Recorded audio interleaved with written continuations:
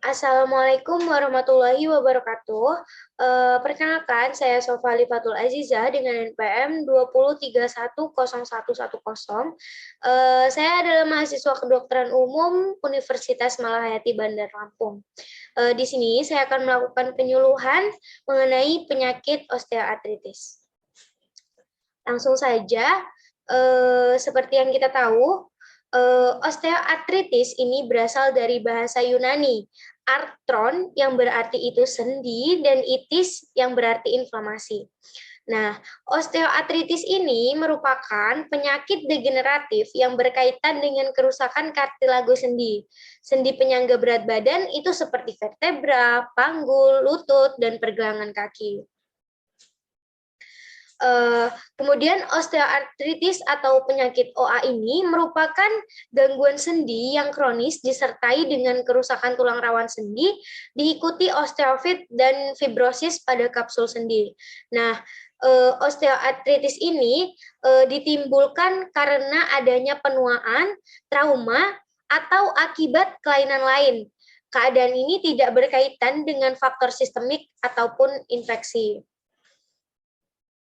Nah, di sini ada gambar yang menunjukkan penyakit osteoartritis.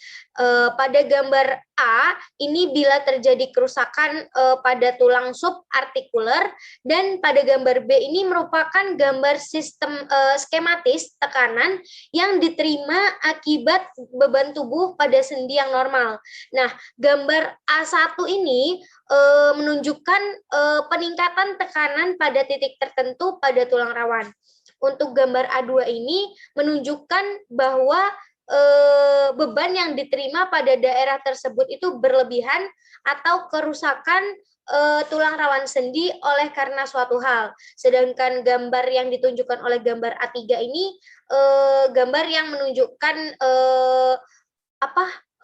penyebab dari osteoartritis ini sendiri.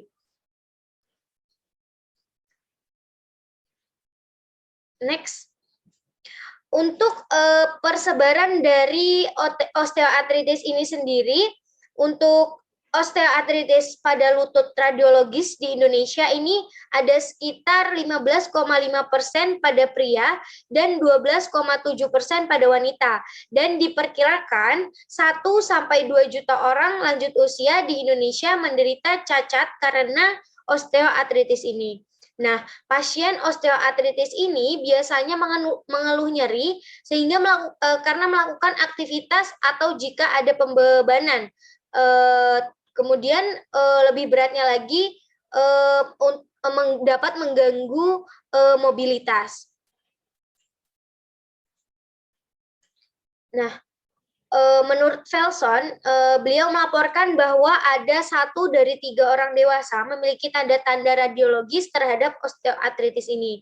Nah, Felson juga mengatakan bahwa penyakit osteoartritis ini pada lutut merupakan tipe yang paling umum dijumpai. Sedangkan menurut John et al, dewasa kelompok umur 60-60 tahun ini sekitar 22% dan pria sekitar 23% osteoartritis lutut kanan dan 16,3% osteoartritis lutut kiri. Pada wanita sekitar 24,2% osteoartritis pada lutut kanan dan 24,7% pada lutut kiri.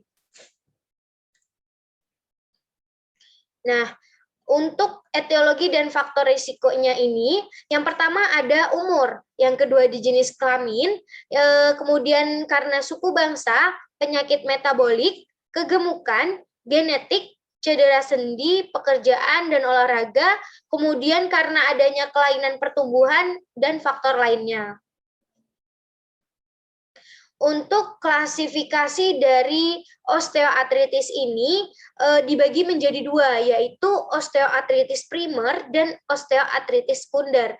Nah, untuk osteoartritis primer ini hanya terbagi menjadi 1, yaitu idiopatik. Kemudian osteoartritis sekunder ini terbagi atas 4.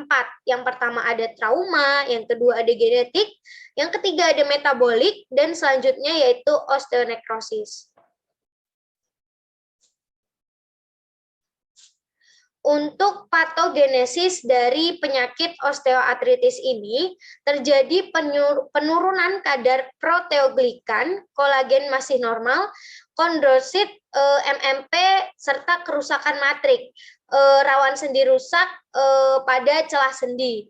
Nah, kemudian celah makin dalam yaitu mendekati subkondral, yang selanjutnya yaitu celah mencapai subkondral kemudian pecah dan rawan sendinya itu tidak rata. Kemudian serpihan sendi masuk sinovial, kemudian aktivasi sinoviosit dan terjadi inflamasi. Kemudian kondropsit mati, kemudian terjadi matriknya ini tidak terbentuk. Untuk patologis atau kelainan yang dapat ditemukan pada penyakit osteoartritis ini, yang pertama itu ada tulang rawan sendi, yang kedua ada tulang, yang ketiga ada membran sinovial, yang keempat ada kapsul sendi, yang kelima ada badan lepas, yang keenam ada efusi, dan yang terakhir ada nodus Heberden dan Burchard.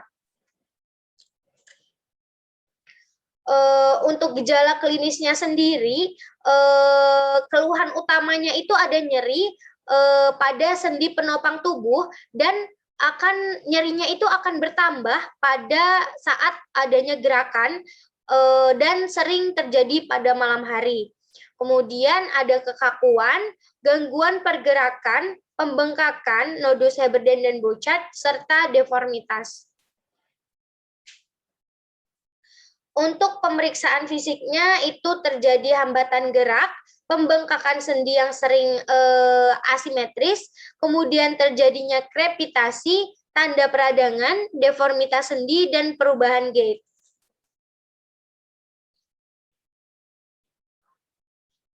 Ini merupakan gambar ronsen pada penyakit-penyakit osteoartritis yang terjadi pada bagian-bagian tubuh tertentu. Nah, untuk gambar yang pertama ini merupakan foto ronsen dari lateral sendi lutut normal, yang kemudian sebelahnya lagi ada foto ronsen sendi lutut normal pada posisi AP. Kemudian gambar yang pojok kanan ini, untuk gambar yang atas kiri itu merupakan pandangan anteroposterior yang menunjukkan menyempitnya celah sendi pada tanda panah ini. Nah, untuk gambar yang bawah kiri ini, pandangan lateral yang menunjukkan sklerosis yang ditandai terbentuknya osteofit.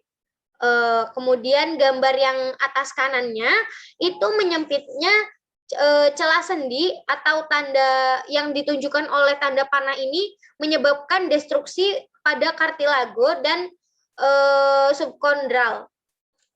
Untuk gambar yang bawah kanan ini yang terakhir itu ditemukan kista subkondral yang ditunjukkan oleh tanda panah.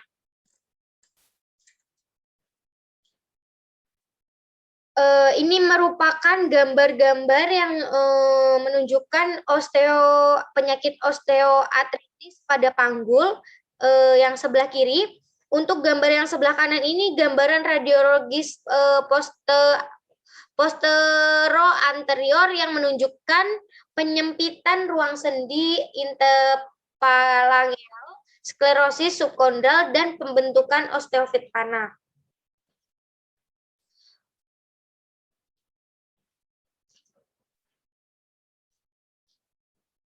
Kemudian ini adalah gambaran-gambaran lain dari penyakit osteoartritis pada persendian atau tulang di tubuh kita. Next. Untuk pemeriksaan tambahannya ini bisa dengan pemeriksaan laboratorium dan petanda atau marker. Untuk edukasinya itu kita dapat memberikan dengan pasien dengan berat badan lebih dianjurkan untuk mengurangi berat badannya. Untuk proteksi dan pemeliharaan sendi antara lain dengan menghindari gerakan fleksi yang berlebihan, menghindari memposisikan sendi pada satu posisi dalam waktu yang lama, menghindari overuse, mengontrol berat badan, mengurangi beban pada sendi yang nyeri, menyeimbangkan aktivitas dan istirahat, mendistribusikan tekanan, menggunakan otot dan sendi yang paling kuat, dan menggunakan gerakan dengan biomekanik yang baik. Pasien juga disarankan untuk kontrol kembali sehingga dapat diketahui apakah penyakitnya ini sudah membaik atau ternyata ada efek samping obat yang diberikan.